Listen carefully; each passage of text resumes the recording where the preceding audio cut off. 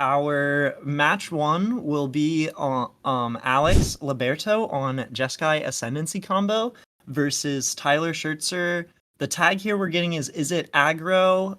I know he was picking up Phoenix cards throughout the week, so might just be an aggro label. That is something that we did forget to mention from the Brothers War real quick was Third Path Iconoclast is a huge get for some of these blue-red lists. There's an archetype just called eight Pyromancers. Of course, calling back to Young Pyromancer. And Third Path Iconoclast is just another type of that effect. And you just get a critical mass of that type of effect. So people have definitely been experimenting. It'd be interesting to see if that's what we see here. Nice. So got our table up here. Alex has revealed his Gigantha, the Wellspring. So no dig through times in Alex's deck, I think would be like a notable thing to maybe expect. Okay, we've started off with a Hall of the Storm Giants and a pass, and then a Spirebluff Canal and a pass back. Let's see if this Izzet aggro deck can do the aggro portion. Get started with some creatures. Looks like we've got an island and a pass, and a consider on. Interesting to note that a lot of the Izzet interaction is of the red variety. So I'm not sure what the hand looks like. The Hall of the Storm Giants into island is what we've got here. It looks like they've got an opt and maybe a spell pierce at the ready. Not sure if these players know what the opponent is on. Yes. But spell pierce looking pretty good here against Jeskai Ascendency. I'm also Oh, and there we go. The card we were just talking about, Third Path Iconoclast. And a Mox Amber to trigger it right away. Okay. I was about to mention when you brought up Third Path Iconoclast that Mishra's Bauble is a card that is very notable that doesn't trigger Young Pyromancer but does trigger Third Path Iconoclast, and we don't see that in the Pioneer format. But Mox Amber's here. Thankfully. Mox Amber is here. So Alex is going to get himself a 1/1. It's not a servo. It's an artifact soldier. An artifact soldier. Looks like that's being responded to with an opt. Bottoming a card, grabbing a second Hall of the Storm Giants, and we have a second opt. So one thing about the Jeskai Ascendancy combo decks is I've actually tried a newer list. Can't remember. I think it was MTGO user Musasabi played instead of the most typical way we think of Jeskai Ascendancy combo in this format is casting Sylvan Awakening and then continuing to cast spells so that you attack with large creatures.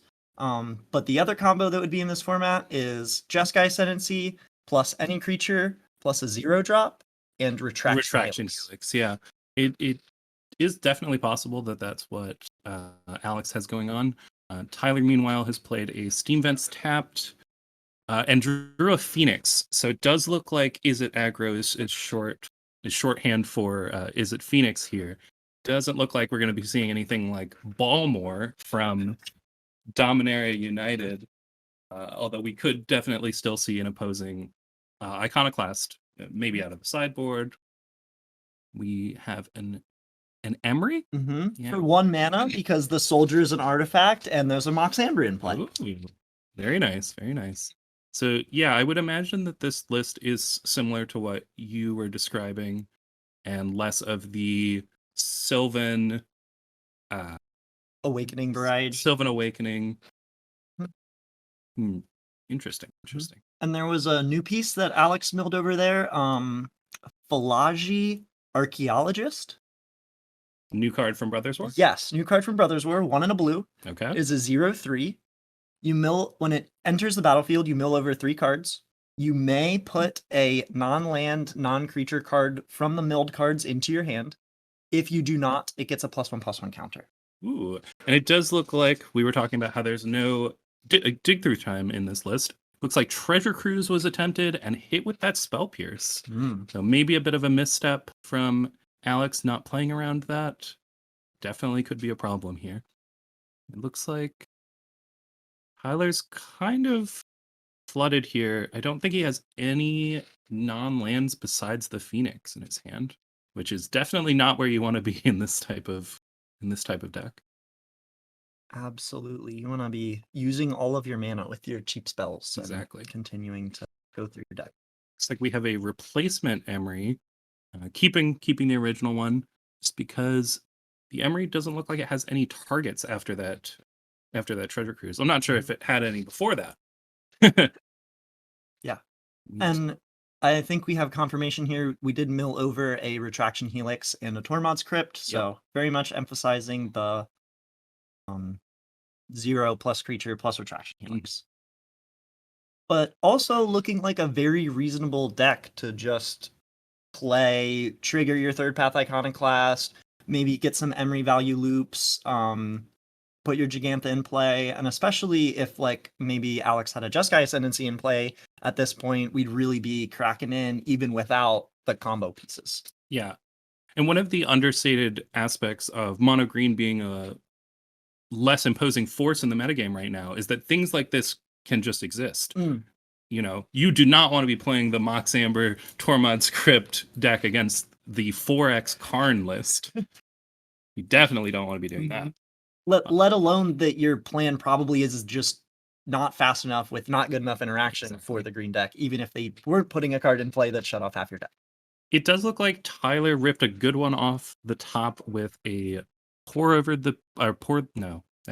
Pieces of the Puzzle. There we go. Hitting, I believe, a Fire Impulse and another Pieces of the Puzzle. Pretty good top deck here, taking out that Emery. Just like we said, want to continue to do things with our mana. So pieces into pieces helps us do that.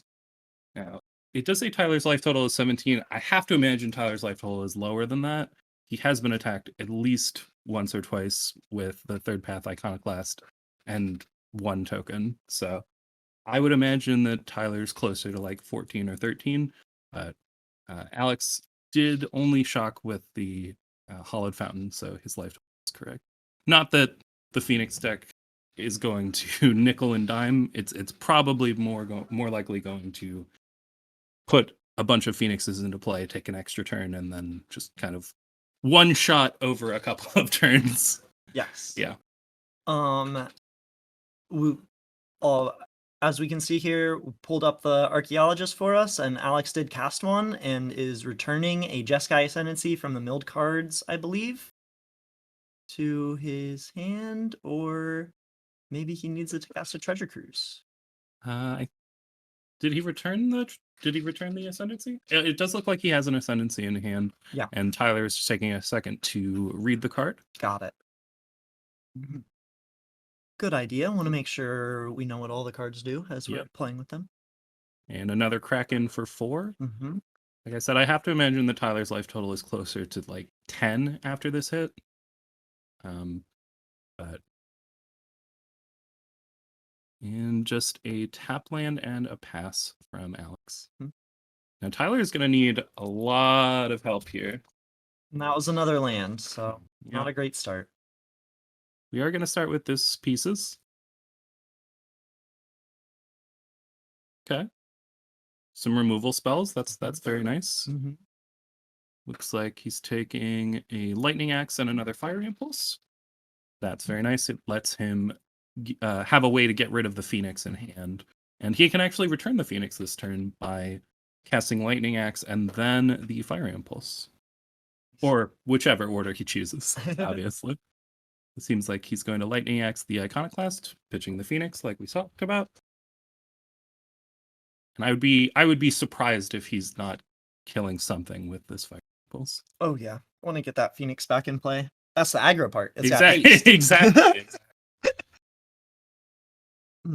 He took down a token. That makes sense. The Falaji Archaeologist is a 0/3 if you use its ability to return a card to your hand. So, it does look like we milled over another Phoenix that we missed at some point, probably with one of the pieces. And that is a crack for 6, putting Alex down to 12. So all of a sudden, the Phoenix deck doing what it does best, kind of turning the tables. Mm-hmm. Although Alex does get to have this turn with his Jeskai Ascendency, so we'll see what kind of damage he can do here. And notably, the Mox is turned off here because the Emery passed away. True. Also, notably, 4 mana is all you need with a non-summoning set creature in play to just Jeskai Ascendancy, Retraction Helix, and the game's over because Tyler has no mana and no blockers. All right, it looks like we have an Unearth of Mishra's Research Desk. That's awesome. I believe that card you name either land or non-land. No. Sorry, that's the one where you reveal the top 2 cards of your library and then select one of them, and you can play that this turn until the end of your next turn. Oh, actually, yeah, that's true. That's true. And then it has Unearth for 1 and a red, which was how Alex got access to it. It does look like he added the card to his hand, though. Maybe I was reading that. One of the cards revealed was the Mox Amber that's in exile, but I feel like this Emery was the other selection, and it was just added to his hand rather than exiled. It doesn't look like it's going to cause any issue as he's casting it here, but maybe we'll have a talk with Alex later and explain, hey, it's not what the card does. Yeah. Make sure we know. Yeah. Okay, so we have a Kraken for 1 with that token. And again, Tyler rips a Treasure Cruise off. That's going to be huge here. Again, Tyler's hand was all lands up until this point. So sort of just living off the top of his deck every turn. And it does seem like it's rewarding him here. Strange we didn't see a Treasure Cruise cast for Alex last turn. Maybe a little... Tyler was tapped out, so that's the perfect time to cast it if you're afraid of a Spell Pierce. Yeah, very interesting. Instead, he chose to unearth the Mishra's Research Desk. Sometimes you just want to activate the new card, you know? That's true. You can't deny new card equity. All right, so it looks like we've got another swing in for 6, putting Alex to 4.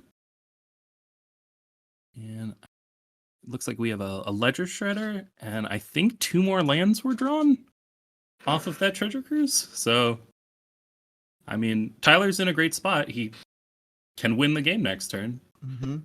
But that is a lot of lands. That is a lot of lands. We'll see what Alex has to do here. So I have to imagine it's going to start with some Jeskai Ascendancy being cast, assuming he did actually return it to his hand.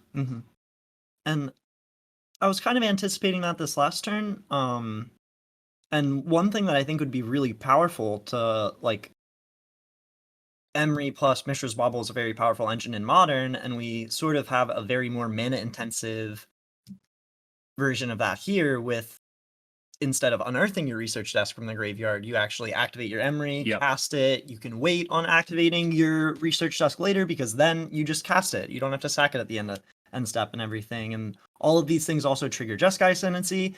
And if you trigger Jeskai Ascendancy with a spell that you're casting off of your tapped Emery, you untap your Emery and you get to cast more spells. Exactly. All right, it looks like we do have a cast Jeskai Ascendancy, and Tyler's gonna fake think about it for a second. You know, you gotta keep your opponents guessing. Obviously, we know it's going to resolve, as Tyler cannot throw a Spirebluff Canal onto the stack and be like, I'm sorry, that's not allowed. So it looks like he's activating Emery. Activating Emery, targeting the desk.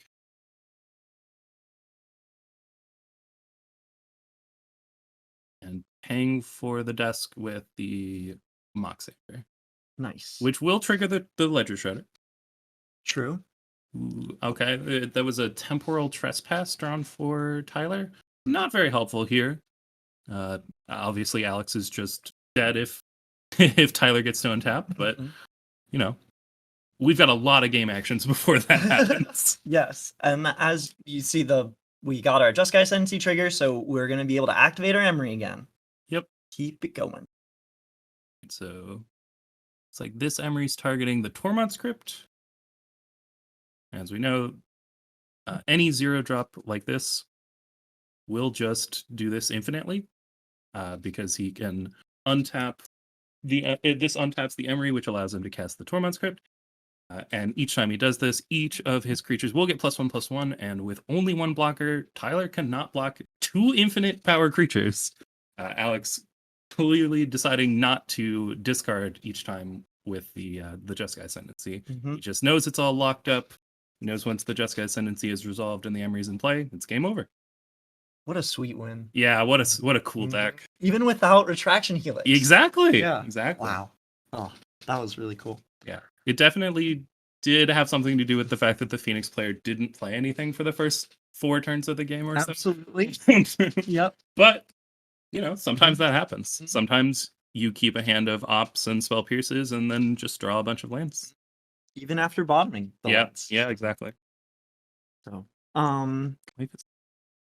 one thing I'm realizing we're missing is their lists. Usually we talk about what they have truly to bring in from their sideboard. So if you were the Phoenix player, you're playing against Jeskai Ascendency, reaching for your sideboard. What are you hoping is there to help you out? I would assume something like Mystical Dispute, hopefully. Great one. Any types of hard counters, maybe some negates.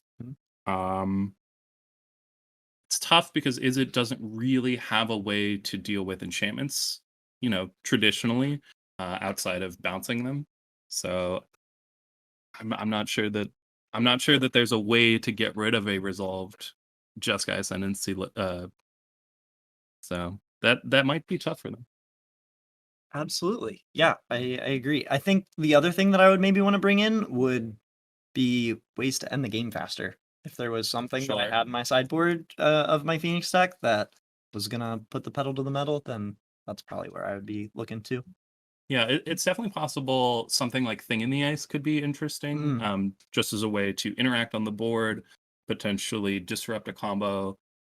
It could be that that's too slow, but you do definitely want some way to pressure them, because obviously, as we saw there, if you give them enough time, they will kill you from basically nothing. Absolutely. And I think Alex's deck is just set up to play really well against the Phoenix deck. Not only does the Phoenix deck only have the way of ending the game mostly with their Phoenixes after interacting, but Alex also has a bunch of main deck Tormund scripts. Exactly. That's going to be a huge problem. It looks like we have the Ascendancy list here. Got stuff like Ether Gust that could definitely come in here. Just your opponent spending so much time and resource trying to put Phoenixes into play, and then you get to put them on top. Very, very powerful. The Jeskai list has more Tormund scripts in the sideboard. Looks like they have 2 in the main deck and a 3rd. So that's definitely going to be an issue for the Phoenix player. I'm not really seeing anything else here that they would want to bring in. Let's see if we can find the Phoenix list. See if I can pull that up for us.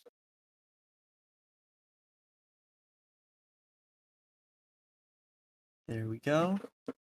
Okay. Crackling Drake is another one. It is slow, but it is an efficient way to end the game, because the Phoenix list will have situations, especially with the 3 Tormund scripts, where this Crackling Drake is going to be huge. It's going to be massive. It's going to come down, and it's going to probably be a 1-turn clock, or maybe 2-turn clock. Do you know what the text on Crackling Drake really says? 4 mana. Yep. Suspend. Win the game. Win the game? Yeah. Okay. Well, in case anyone doesn't know, Crackling Drake's power is equal to the number of instants and sorceries you own in exile and your graveyard. So typically this type of effect only cares about things in your graveyard, but Crackling Drake says, nuh-uh. Even if your opponent has disrupted you up until this point, it's still large margin. Absolutely. Let's see, we've got some Brotherhood's End actually could be interesting. I know we were talking about how there aren't too many artifacts that get hit by this ability, but round one, here we are. Yep. And then there are also times where you just need to clean up all the extra tokens from Iconoclast. Exactly. Play. So yeah. Okay, it looks like we are done sideboarding. I think Tyler is it looks like Tyler is mulled to 6 and bottomed a card. Not sure what it was exactly. It does look like this hand has a lot more spells in it than game 1. So, looking up. Yep. Alex shocks in a Steam Vents and casts a Tormod's Crypt. Tests 2 and an Emery. Oh my gosh, we are off to the races here. And the third Tormod's Crypt hits the graveyard. My goodness. All right. That is not what Tyler wanted to see. No. He's going to respond with an opt. So I think it's very challenging. Do you think he just put an Arclay Phoenix to the bottom of his library instead of drawing it because now that card is just not that relevant? It's possible. It's definitely possible. It looks like he bottomed. You believe he bottomed a Phoenix? Well, that was more. Oh, okay. Sure. What would you do with a Phoenix in that situation? Because usually you would like to end the game with it. Sure. But it's also gonna cost you 4 mana if you want to put it in play. Interesting. It looks like Tyler does have a way to kill the Emery and just chose not to. Very interesting. It looks like Alex is going to main phase consider, probably looking for land 2, I think is the situation here. And then playing Inspiring Vantage. Is Emery gonna set up the third Tormod's Crypt? or are we gonna see a beatdown? Okay, it looks like we're targeting Tormod's Crypt. Yep. Just want to get all these in play. Oh, this is gonna be rough. Mm-hmm. It also looks like Tyler drew 2 Galvanic iterations. I saw he definitely drew one off of the opt, and I believe he drew one for turn afterwards. We've got, again, interesting that this was the play here, that he waited for Emery to be able to cast a spell before killing it.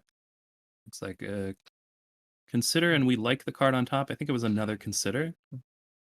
Oof, we drew a Treasure Cruise, though. That one's going to be tough. Yep, already got another one of those, and just, like you said, double Galvanic iteration is not the smoothest draw. Yeah. It looks like Alex cast a Mishra's Research Desk with the Inspiring Vantage last turn. Interesting. I'm very interested to know why Tyler waited to kill the Emery. It doesn't look like he had any other sort of interaction. Obviously, the point can be made that he was trying to bluff interaction, but I think in a position as bad as this, you just want to kill the Emery. I'd agree, and I think it's just something that's maybe easy to miss. You're used to casting your spells that are instants in your opponent's end step, and just kind of miss that Emery is going to draw your opponent a whole card. Yep. And it looks like we have an archaeologist here, and Alex is just debating what he wants to return to his hand. I'm actually pretty sure that card's not supposed to go back to his hand. It should only be able to get a non-land, non-creature card, and I believe that was an Emery. So I'm hoping we know what these new cards do. I think that was an Emery.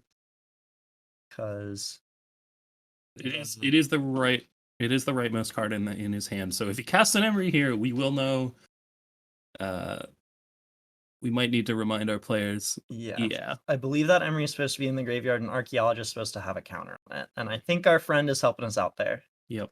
Catching it just in time before extra cards are revealed from the Emery trigger. Perfect. Okay, and then last fix of it is that Alex didn't get a card, so there should be a +1/+1 counter on the Archaeologist. But we will leave it up to our wonderful judge, Kyle. They're great. Who will looks like this situation, like you said, it is new cards. It is important to read what everything does, 'cause there's very, very similar effects in Magic, and it's important, and it's very important to just take some time and know what everything does. Absolutely. Even even just little things like resolving the difference between consider and opt and making sure that your card goes to the right place can Exactly. be complicated. Interesting. I kind of thought that Tyler was going to Galvanic iteration plus the consider last turn, since we do have two of them and the Tormod script is going to be kind of tough. But it looks like we just cast consider and then a Tormod script was sacrificed. It looks like Tyler did bring in thing in the, I believe the thing in the ices are in the main deck. So those were not boarded out, and he did draw a copy of Saheeli, the 3-mana Saheeli. Sublime Artificer. That's it. My copies are always in Japanese, so I say that I'm casting Saheeli and then I'm making a thing. Nice. My opponent knows what the card does, but looks like we've got a Mishra's Research Desk activation and a Rending Volley has been selected. And again, we need to remind Alex that Research Desk does not add the card to your hand. It does exile the card. There we go. Okay, it looks like our players have figured this out. Good to go. And notably, Rending Volley does not target planeswalkers. Nope, just creatures. So. And Saheeli up on our screen for those unfamiliar. Whenever Tyler casts a non-creature spell now, he'll make a 1/1 servo token, and then the -2 can make an artifact a copy of another artifact or creature.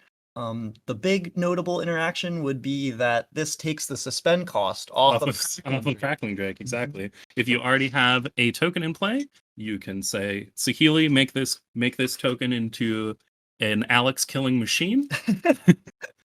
And then it will do exactly that. It looks like Alex has activated a Mishra's Research Desk again, revealing another Archaeologist and just playing a tap land. Interesting. And it looks like an attack for 1 at the Saheeli. 1/4 beats. Yeah, 1/4 beats. Torn Turtle never looks so good. Oh, and we do have a Brotherhood's End drawn by Tyler. It's very nice here. We'll efficiently get rid of these Tormod scripts so that Tyler can potentially work towards casting some real spells, notably the Treasure Cruises, flashing back some Galvanic iterations. It looks like Tyler's just going to cast this Thing in the Ice and pass. Makes sense. The Rending Volley is obviously gone now, so Alex is going to probably have a hard time dealing with this. We'll see. And yeah, and if there's nothing to be put in play from the graveyard, I guess we can. We do have a Portable Hole, which it's going to get Brotherhood ended. Assuming Tyler realizes that interaction, that's going to be a brutal turn next turn. Oh yeah. It is very funny to me that we talked about Brotherhood's End, and I specifically said that there were not very many artifacts. Round 1, here we go. Portable Hole, biting the dust. Here we have Brotherhood's End up on the screen. Very, very powerful inclusion for Pioneer and also Modern. I've seen a ton of this card in Modern. Yes. It really shocks me how versatile this card is. This is already like a 3-mana effect that dealt 3 damage to everything, was already something that you wanted in a lot of your like blue-red Xeroxy interaction spells. And to just have the extra line on it that now your Modern deck beats Hammer, or your Phoenix deck can actually interact against the weird artifact brews of Pioneer. So yeah, this is an extremely powerful card. Okay, and it looks like Brotherhood's End is getting cast. And Tyler remembering that he does get a token. However, it is immediately going to die because it is an artifact. Good on you, Tyler. All right, and we have the Portable Hole, the 2 Tormod scripts going away, and we have the Thing in the Ice back in the saddle. Looks like Alex last turn used the Archaeologist that he revealed off of Mishra's Research Desk to mill a Jeskai Ascendency. And it looks like that is probably what we're going to be seeing this turn. Alex is taking his time. We were just informed that this is the first time that Alex is playing this deck. You know, a little more understanding that he was missing what some of the cards did, but all right. And we have a Jeskai Ascendency. No worry about counterspells as Tyler's been tapped out. Joe, how often do you play a deck for the first time at a tournament? It depends. Definitely depends. Yeah. If I think a deck is cool enough, sometimes I will put 0 reps into it and just know that I'm going to make some mistakes. But most of the time, I like to get a little bit of practice in, even if it's just sitting at a table, hanging out with some people, or goldfishing. It does look like Alex is unearthing this Jeskai Ascendency. Now, Cameron, is unearthing casting a spell? I believe it is an activated ability. I believe it is too. So I don't think there will be a Jeskai Ascendency activation. And if this was our plan, I think we probably wanted to Mishra's research desk first. This was the situation. Looks like we've returned. Okay, so we've unearthed Mishra's research desk, and we're casting Retraction Helix targeting one of the archaeologists. What exactly does this do for us?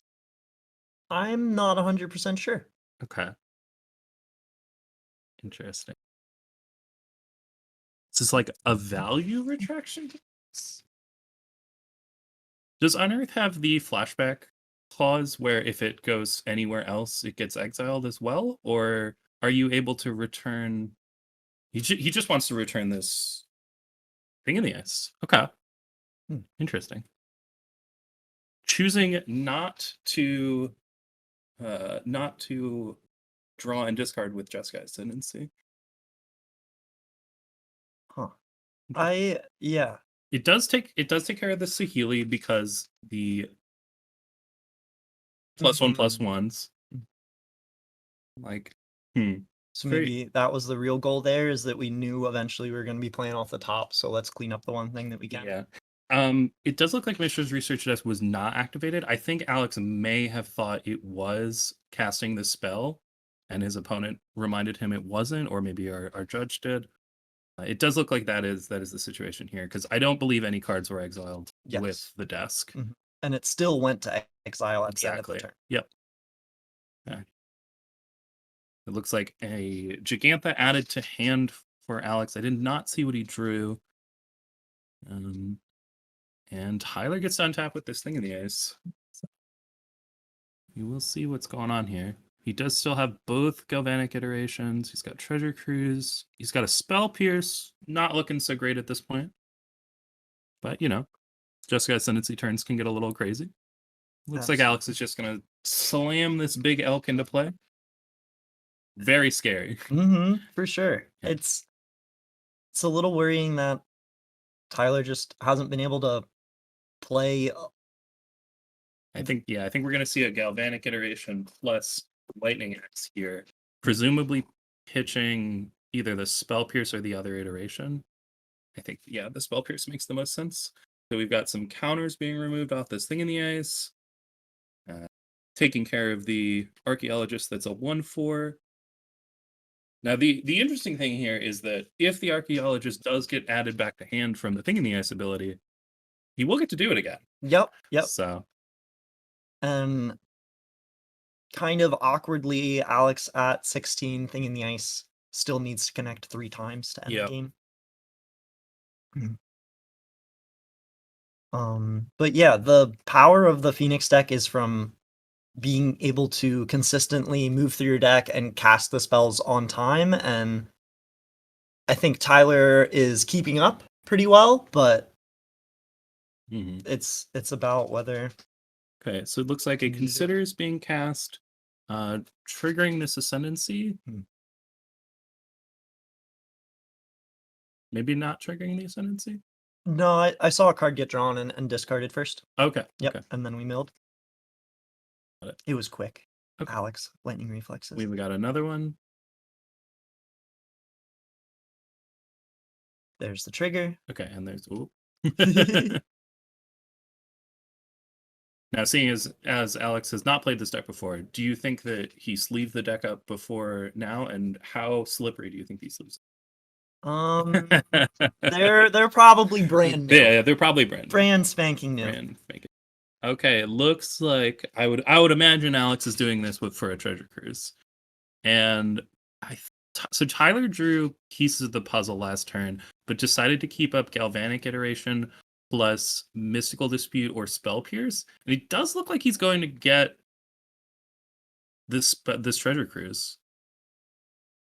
Alex is going to trigger the Ascendency first. Mm-hmm. And make sure that make sure that this ability will do something. Yes. And interesting, choosing to use the Mystical Dispute instead of the Spell Pierce. Very interesting.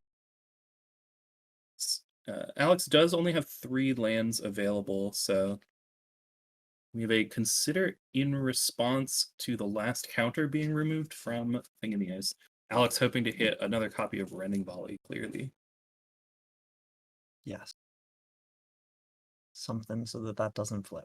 Okay, looks like Treasure Cruise gets countered. Thing in the Ice flips, returning the Archaeologist to hand.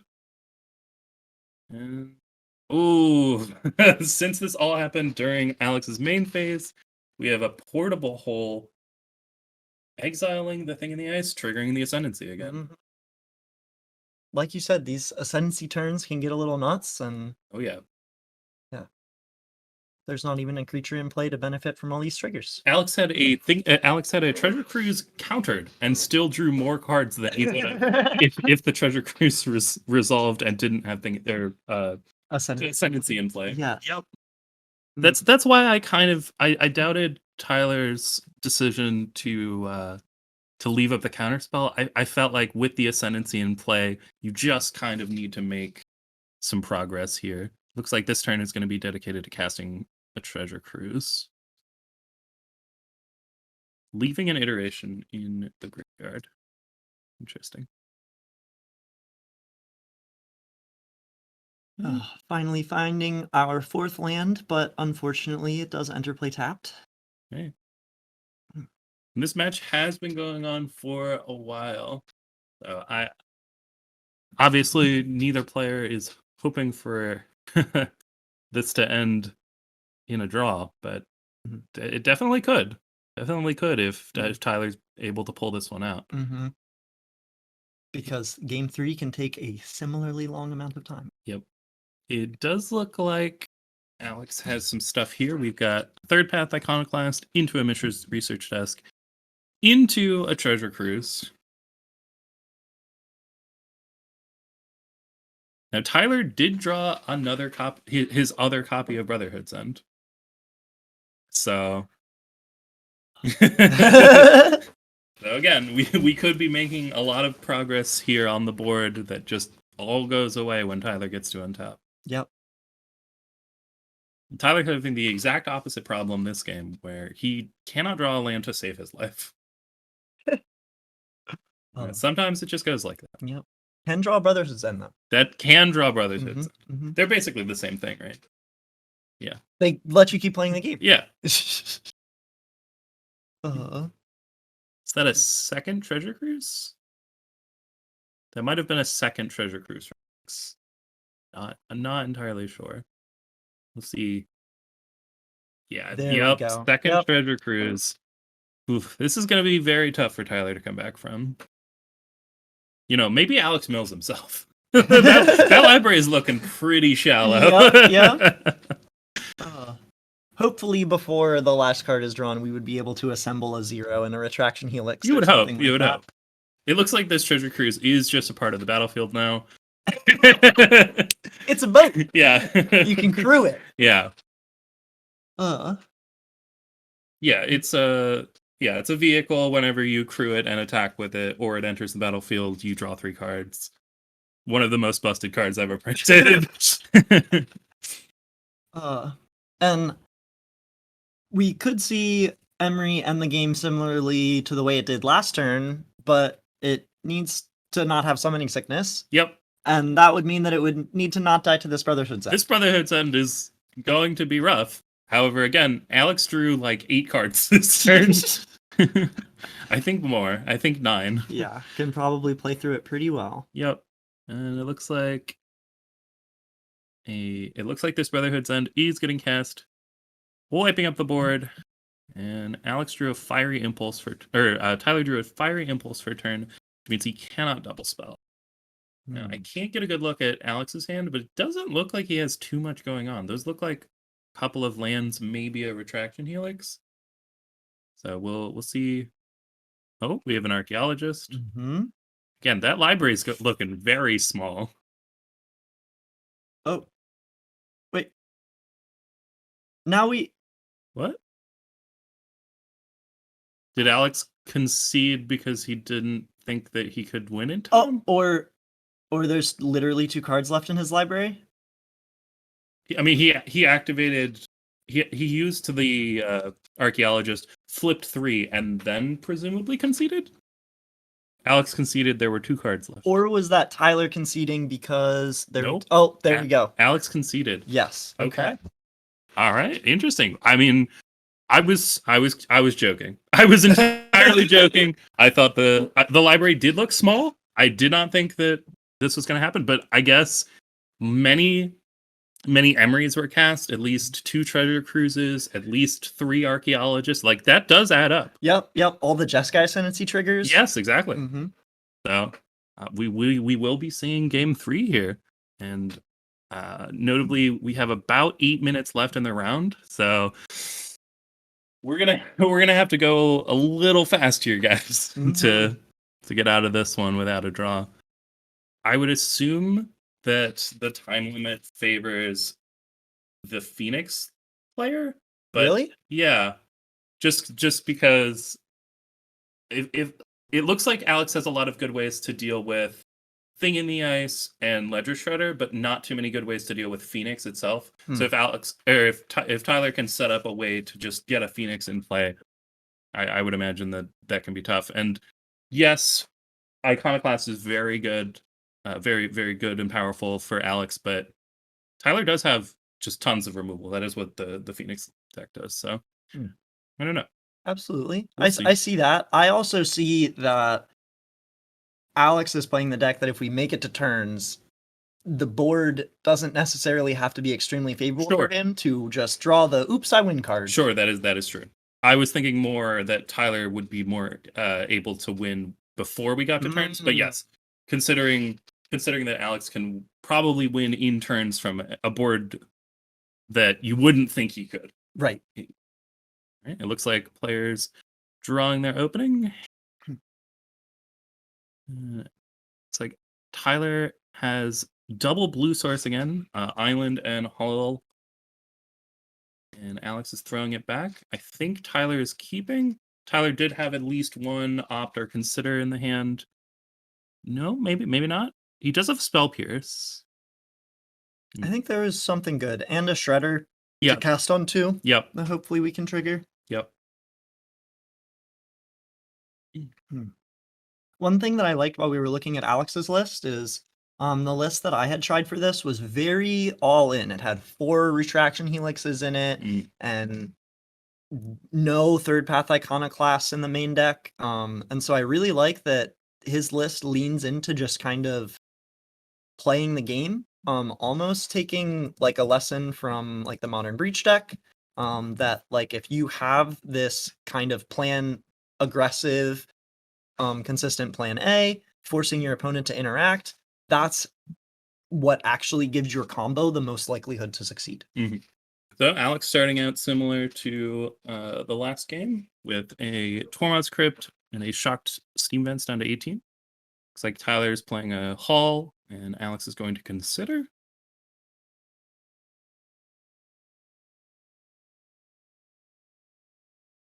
Sweet. Okay, it does look like Tyler has an opt. An opt and a Spell Pierce. And Alex is casting an Iconoclast for free and then spending 2 mana on a Mox Amber. Definitely the opposite of the way that this should work, but that's fine. Tyler is going to opt and draw a Riverglide pathway. It's like red source not too far along the way here.